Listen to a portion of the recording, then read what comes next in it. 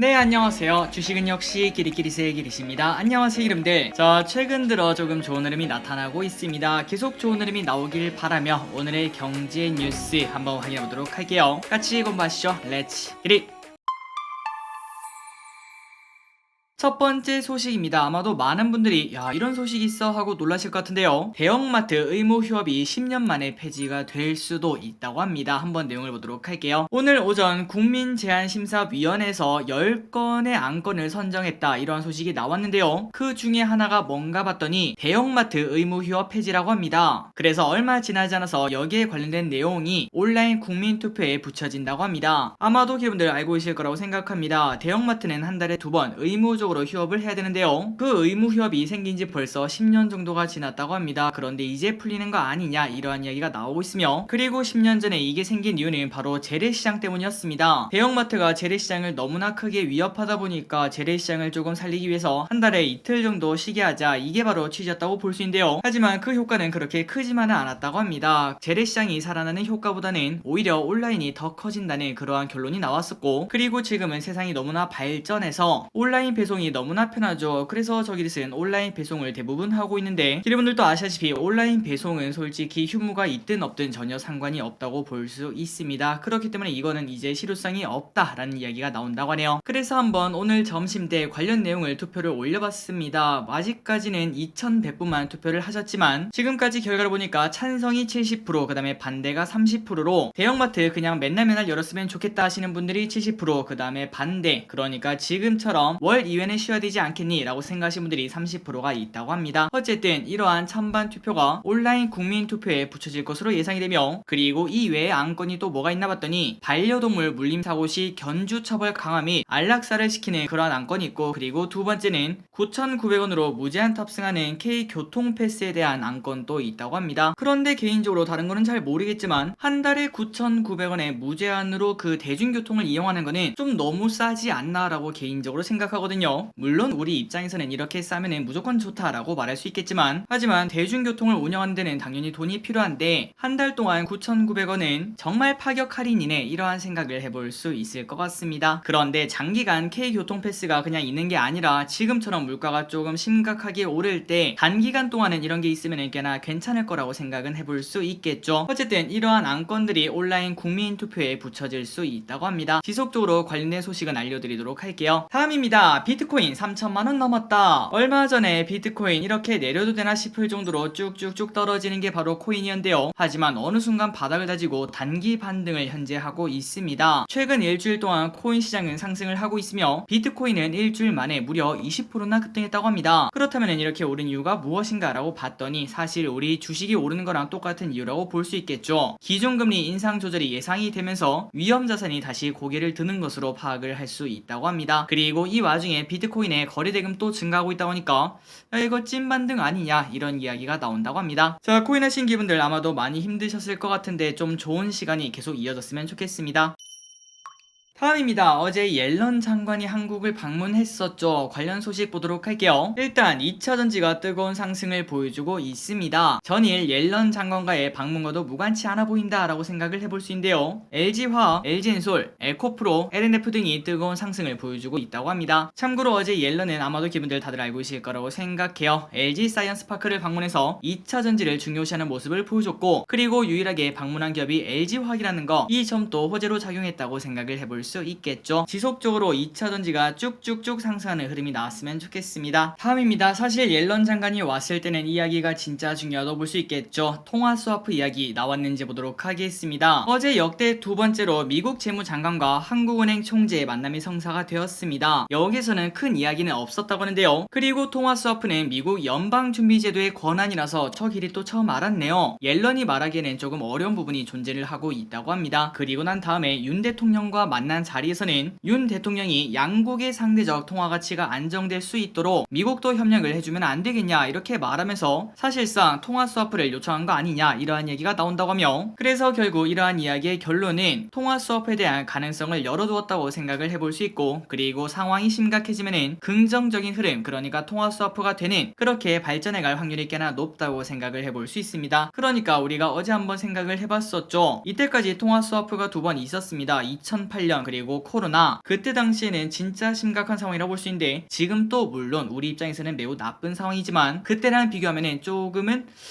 아직 그 정도는 아닌 것 같은데 라는 생각은 해볼 수 있겠죠. 그렇기 때문에 지금 당장 통화 스와프는 어렵다고 생각을 해볼 수 있습니다. 하지만 대통령이 이 정도의 요청을 지금 할 만큼 또 낙관적인 상황은 아니기 때문에 상황이 조금만 더 나빠져도 통화 스와프 이야기는 계속 나올 거라고 생각을 해볼 수 있고, 그런데 개인적으로 생각했을 때는 이미 이런 이야기가 왔다 갔다 했기 때문에 환율이 지속적으로 쭉쭉 급등하기는 어려운 상황이 만들어졌다고 생각을 해볼 수 있습니다. 우리가 지금 딱 생각을 해봐도 어느 정도까지만 올라가도 미국과 한국이 이 환율을 잡으려고 노력을 할 건데, 그런 상황 안에서 환율이 급등하기는 너무 어렵다고 볼 수 있고, 급등을 하더라도 조금만 올라갔다가 쭉 빠지는 윗꼬리 형태가 될 확률이 꽤나 높다고 볼 수 있겠죠. 어쨌든 긍정적이라고 생각을 해볼 수 있습니다. 다음입니다. 최근 목표 주가가 전부 다 하락 중. 아마도 여러분들 알고 계실 거라고 생각합니다. 최근 나오는 리포트 전부 다 매수 일색이지만 하지만 그 안에 있는 목표 주가는 대부분은 하향 조정하고 있는 걸 확인할 수 있는데요. 하지만 그 와중에 우리가 반대로 생각을 해볼 수 있습니다. 이렇게 상황이 안 좋은 와중에 목표 주가가 오히려 오른다면은 야, 이게 진짜 얼마나 귀하게요. 그래서 DB금투는 목표 주가 상향 조정 기업에 관심을 가질 필요가 있다, 이렇게 말했다고 합니다. 한번 보도록 할게요. 증권사 5곳 이상이 목표 주가를 제시한 종목들 가운데 최근 1개월 내 목표 주가가 상승한 기업은 29%로 60개나 되었다고 합니다. 그래서 그 안에서 기업들 한번 골라봤더니 시가총액이 높은 기업들, 그러니까 조금 안정성 있다고 볼 수 있겠죠. 이런 기업들 중에서 목표 주가가 오른 기업은 현대차, 삼성 SDI, 기아 이렇게 세 가지를 꼽을 수 있으며, 그리고 목표 주가 변화율 상위, 그러니까 많이 오른 기업이 뭔가 봤더니 덴티움, 셀트리온, 롯데쇼핑 이렇게 세 가지를 꼽을 수 있다고 합니다. 그나저나 오늘 우리가 아까 처음에 봤던 그 뉴스, 대형마트 월 2회 의무 휴업이 이제는 사라질 수 있다, 이런 소식이 나오면서 이마트 그리고 롯데쇼핑이 오늘 급등하는 모습을 현재 나타내고 있습니다. 다음입니다. 한산 영화 개봉 초일기. 아마도 여러분들 명량이라는 영화 대부분은 보셨을 거라고 생각합니다. 우리나라에서 가장 많이 본 영화라고 볼 수 있겠죠. 그 후속편인 한산이 일주일 뒤에 개봉을 한다고 하는데, 그렇다면 영화 시사회를 하지 않았겠습니까? 그런데 그 평가가 너무나 뜨겁다고 합니다. 진짜 대박이래요. 그리고 아까 말씀드렸다시피 명량은 우리나라 관객 순위 1위이기 때문에 그 후속작인 한산에 엄청난 기대감이 현재 몰리고 있다고 합니다. 그러다 보니까 벌써 관련주가 들썩들썩하고 있다고 하는데요. 과거에 대성창투라는 기업이 명량 때문에 주가가 2배 이상 오른 적이 있었으며, 그리고 배급사인 롯데엔터가 어디에 속해 있나 봤더니 롯데쇼핑에 속해 있다고 합니다. 그러니까 방금 전에 봤다시피 목표 주가를 올린 기업에도 롯데쇼핑이 있고, 그 다음에 이제 대형마트 의무 휴업이 사라지면은 롯데쇼핑이 또 수혜를 보고, 그리고 마지막으로 롯데엔터가 어디 있나 봤더니 바로 롯데쇼핑 안에 들어있다고 하죠. 그래서 롯데쇼핑은 이 세 가지의 기대감을 한 번에 가질 수도 있겠구나 라는 생각은 해볼 수 있습니다. 그리고 또한 CJ CGV 이러한 영화관 또 이 수혜를 톡톡히 볼 수도 있기 때문에 혹시나 기분들이 단기 테마주에 조금 관심이 있다면은 이런 생각도 해보면 좋다고 볼 수 있겠죠. 다만 테마주는 언제나 테마주에서 끝난다는 거, 그거는 잊지 마시고요. 결국 우리가 주식 투자에 성공하는 거는 성장하는 주식에 장기 투자를 했을 때 성공하는 거지, 이러한 테마주가 우리를 부자로 만드는 건 아니라는 거 꼭 생각하시면 좋을 것 같습니다.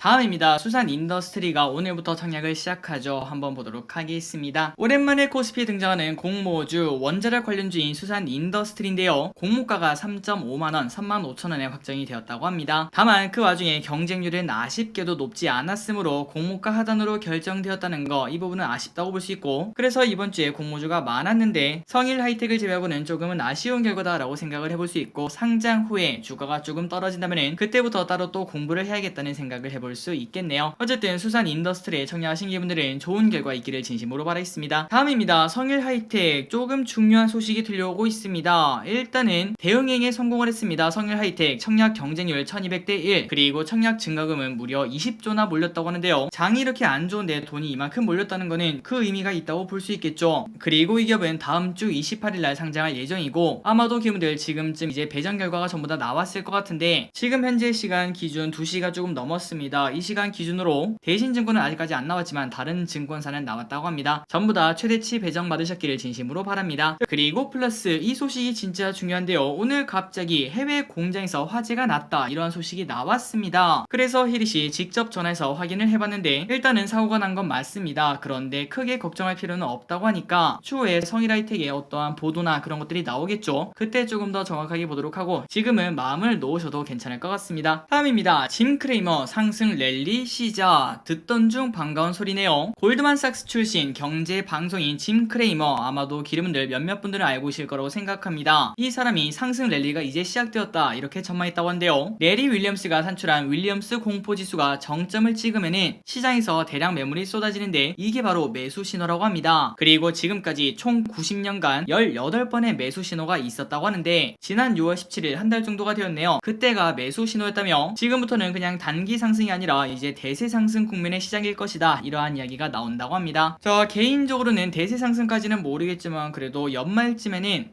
그래도 좀 괜찮다, 이제 대부분 회복했네, 이러한 얘기가 나올 거라고 개인적으로 생각하고 있습니다. 그때까지 또 열심히 공부하고 어떠한 섹터 그리고 어떠한 기업이 더 많이 오를지 그런 것들을 계속 공부해 보도록 하겠습니다. 기리분들의 계좌 그리고 저의 계좌를 위해서도 열심히 공부하도록 하겠습니다. 다음입니다. 외국인 순매수 전환. 어제부터 이렇게 뉴스가 나오고 있죠. 7월 중순 들어서 외국인이 순매수 기조로 전환하고 있는데요. 그렇다면 얼마나 매수했나 봤더니 외국인이 7월 동안 1조 1000억 넘게 순매수를 현재 하고 있다고 합니다. 그래서 이제 이러한 통계도 나온다고 하는데요. 2000년 이후에 외국인은 PBR 저점 확인 후 4주 내에 순매수로 전환하는 그러한 경향을 보여줬다고 합니다. 그리고 이번에도 그중 하나라는 거겠죠. 참고로 이때까지 8차례가 있었다고 하는데 그 말인즉슨 지금처럼 장이 안 좋았던 게 최소한 2년에 한 번쯤은 오는구나 라는 것도 생각을 해볼 수 있습니다. 그만큼 주식 투자는 좀 무서운 거라고도 볼 수 있겠죠. 그래서 신한금투는 수급 공백을 메우는 측면과 반등 탄력, 실적 등을 고려할 때 반도체, 자동차, 2차전지 이 세 가지를 주목을 해야 된다고 하며 또한 방어주 컨셉으로 통신주도 같이 관심을 가질 필요가 있다, 이렇게 말하고 있는 걸 확인할 수 있습니다. 다음입니다. 유럽 날씨가 미쳤다는 소식, 어제 이어서 한 번 더 보도록 할게요. 날씨가 너무나 덥다 못해 이제는 유럽에 있는 소도시에서는 수돗물로 세차 그리고 수영장에 물 채우기 등을 현재 금지를 하고 있다고 합니다. 만약에 걸리면은 최대 1300만원 이 정도의 벌금까지 낼 수 있을 정도로 지금 상황이 매우 심각하다고 볼 수 있겠죠. 그리고 항상 유럽은 적절한 날씨가 유지되기 때문에 애초에 영국의 에어컨 보급률이 5%밖에 되지 않는다고 합니다. 그러니까 대부분은 집에 에어컨이 왜 있어야 돼? 라는 이야기를 한다는 거겠죠. 하지만 최근 날씨가 40도까지 오르니까 다들 말 그대로 죽어나간다고 볼 수 있습니다. 다음 소식입니다. 치킨값은 건들지 마라. 최근 치킨값이 3만원으로 갈 것으로 보이는 조짐이 나오자 인터넷에서는 노치킨 운동이 생겨나고 있다고 한데요. 그러니까 우리가 얼마 전에 있었던 노제팬 운동, 그거를 패러디라고 볼 수 있을 것 같습니다. 그런데 이게 모든 치킨을 먹지 말자 이야기가 아니라 프랜차이즈 치킨을 먹지 말자, 이러한 의견이라고 합니다. 그리고 최근 들어 홈플러스에서 과거에 큰통 치킨을 잇는 당당 치킨을 출시를 했는데 엄청나게 많은 사람들이 찾고 있다는 소식, 아마도 기분들 들으신 적 있으실 거라고 생각합니다.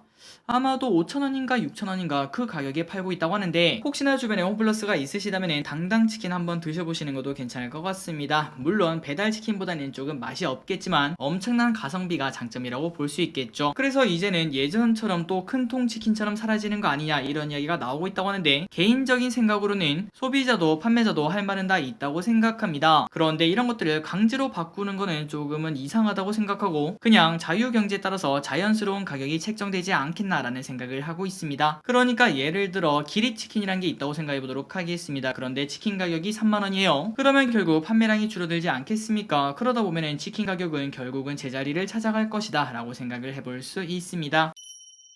여기에 관련된 뉴스라고 볼 수 있겠죠. 한번 보도록 할게요. 배달의 민족 비켜! 최근 땡겨요라는 어플이 배달 시장에 새로운 바람을 넣고 있다고 합니다. 왼쪽에 있는 게 바로 땡겨요라는 어플인데요. 놀라운 거는 이 땡겨요가 바로 신한은행이 운영하는 배달 어플이라는 거. 그리고 최근 싸이를 광고 모델로 채용 뒤 배달의 민족을 저격하면서 최근에 배달비 고통에 신음하던 소비자들을 빠르게 흡수하고 있다고 합니다. 물론 아직까지는 초기 단계라고 볼 수 있겠지만 결국 이런 것처럼 모든 산업은 흥망성쇠가 있다고 생각하고 1등이 있으면 거기에 따른 또 경쟁자가 생기고 그러한 경쟁 때문에 또 가격이 조정되고 등등, 그래서 이러한 자유 경쟁에 따라서 폭리는 사라지고 적정한 가격이 책정되지 않나, 이런 생각을 해볼 수 있고, 그리고 개인적으로 우리는 또 소비자 입장 아니겠습니까? 뭐가 되었든 경쟁이 많아지면 많아질수록 우리는 조금은 유리하지 않나, 쿠폰이 많이 생기지 않겠나 라는 생각은 해볼 수 있겠네요. 다음입니다. 결국 르세라핌 확폭 퇴출. 하이브의 기대주라고 볼 수 있었겠죠. 걸그룹인 르세라핌이 결국은 학폭 논란이 있었던 김가람을 퇴출을 했다고 합니다. 다만 이 와중에 너무 늦은 대응 아니냐 이러한 얘기가 나온다고 합니다. 그래서 왼쪽에 보시다시피 제가 알기로는 6인 체제였습니다. 그런데 결국 5인 체제로 바뀌는 걸 확인할 수 있고, 여기서 논란이 생기는 거는 바로 이거죠. 처음에 분명 데뷔 전인가요 아니면 데뷔하자마자인가 그때 학폭 논란이 나온 바 있었습니다. 하지만 그때 하이브는 오히려 학폭 가해자가 아니라 학폭 피해자라면서 조금 옹호한 적이 있었는데, 그런데 결국은 이러한 선택을 한 걸 확인할 수 있죠. 결국은 하이브 내부에서도 정확한 사실을 몰랐던 게 아닌가라는 생각은 해볼 수 있습니다. 어쨌든 하이브 입장에서는 골치가 아팠을 테지만 잘 해결이 되었다고 생각을 해볼 수 있고, 지금부터는 르세라핌이 또 방탄소년단처럼 쭉쭉쭉 성장하는 그러한 성장이 나왔으면 진심으로 좋겠습니다. 그리고 절대 학폭은 하면 안 된다 이런 생각도 해볼 수 있겠죠. 나쁜 짓입니다. 다음입니다. 여름휴가 이때 가지 마세요. 자, 여름휴가철이 시작이 되었습니다. 그래서 이 와중에 언제 놀러 갈까 이러한 고민이 많으실 것 같은데, 한국도로공사는 가장 분비일대로 7월 30일부터 7월 31일 이 두 날을 꼽았다고 합니다. 그래서 여러분들 만약에 이때 휴가 계획을 잡으신다면은 아마도 길 위에서 휴가가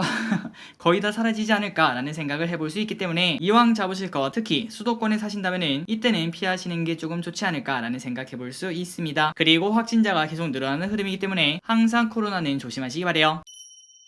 오늘의 기업 두 가지를 보고 이제 마무리 보도록 하겠습니다. 오리온 견고한 성장. 유안타증권은 오리온의 하반기 견고한 성장을 기대를 했다고 합니다. 목표가 15만원 유지. 솔직히 최근 오리온한테 좋은 상황은 아니었습니다. 중국 주요 도시 봉쇄, 우크라 전쟁 이러한 악재가 가득가득했지만 그 안에서도 견고한 실적을 달성을 했기 때문에 매력이 있다라고 생각을 할 수 있고, 그래서 6월 오리온의 합산 매출액은 전년비 30% 증가, 그리고 영업이익은 75% 증가할 것으로 현재 보인다고 합니다. 그래서 결국 이러한 실적이 좋았던 이유가 뭔가 봤더니 뛰어난 관리 능력, 그 다음에 대응 능력 이런 게 빛을 발했다고 볼 수 있겠죠. 그리고 이 와중에 이때까지 열심히 버텼지만 어쩔 수 없이 초코파이의 가격도 올린다 이런 소식이 나왔으니까 지속적으로 좋은 흐름이 나오지 않을까라는 생각은 해볼 수 있습니다. 그래서 보도록 하겠습니다. 매출액 성장 중 큰 폭의 성장은 아니겠죠. 음식료주가 대부분 이렇습니다. 그런데 어쨌든 성장을 하고 있다는 거 중요하다고 볼 수 있고, 그리고 중요한 거는 당기순이익은 조금 큰 폭으로 10%씩 성장하는 걸 체크할 수 있습니다. 그 와중에 올해 퍼는 13, 내년에 12, 내후년은 10. 이 정도면은 비싸다고 말하기는 당연히 어렵다고 생각을 해볼 수 있겠죠. 마지막입니다. 대한항공을 보도록 하겠습니다. 대신증권은 코로나 상황에서 호황을 누렸던 항공화물 부분이 둔화가 될 것이다 이렇게 판단을 내렸다고 합니다. 그래서 목표 주가 33,000원으로 하향. 최근 들어 글로벌 소비 위축, 그리고 경기 하락 압력, 그 다음에 국제 여객 노선의 운항 등으로 항공화물 사업이 정점을 통과했다 이러한 판단이 나온다고 합니다. 그러니까 더 이상 좋아지기는 어렵다라고 볼 수 있겠죠. 그리고 2분기부터는 높은 항공 유가와 임금 인상 및 정부의 고용유지 지원금 중단으로 비용이 크게 상승할 것으로 현재 예상이 되며, 다만 2분기까지 실적은 꽤나 괜찮을 것으로 현재 추정이 된다고 합니다. 하지만 그 다음부터는 조금은 힘들다라고도 생각을 해볼 수 있다는 거겠죠. 그래서 컨센을 보도록 하겠습니다. 매출액은 이제 코로나 전을 회복하는 걸 체크할 수 있습니다. 그리고 앞으로도 성장하는 걸 확인할 수 있는데, 그런데 그 와중에 영업이익은 올해 피크를 찍고 이제는 떨어지는 걸 확인할 수 있죠. 그렇기 때문에 대한항공은 살짝은 힘들지 않겠나 이러한 시각이 나오는 것 같습니다. 다만 그 와중에 펄을 봤을 때는 올해 예상이 7이라고 합니다. 이미 주가는 선반영이 된 바 아니겠는가 라는 생각은 해볼 수 있겠죠. 개인적으로 리오프닝 주는 이제부터 또 시작이 아닐까라는 생각을 하고 있습니다. 아마도 많은 분들이 해외로 나오고 싶지만 아직까지는 아니다, 내년에는 진짜 가야지 이렇게 생각하시는 분들이 많으실 거라고 생각해요. 한번 여러분들 공부해보시기 바랍니다. 오늘의 공부 여기까지 끝내보도록 하겠습니다. 항상 이렇게 같이 공부해서 진심으로 감사합니다. 지금까지 길이셨습니다. 빠이요.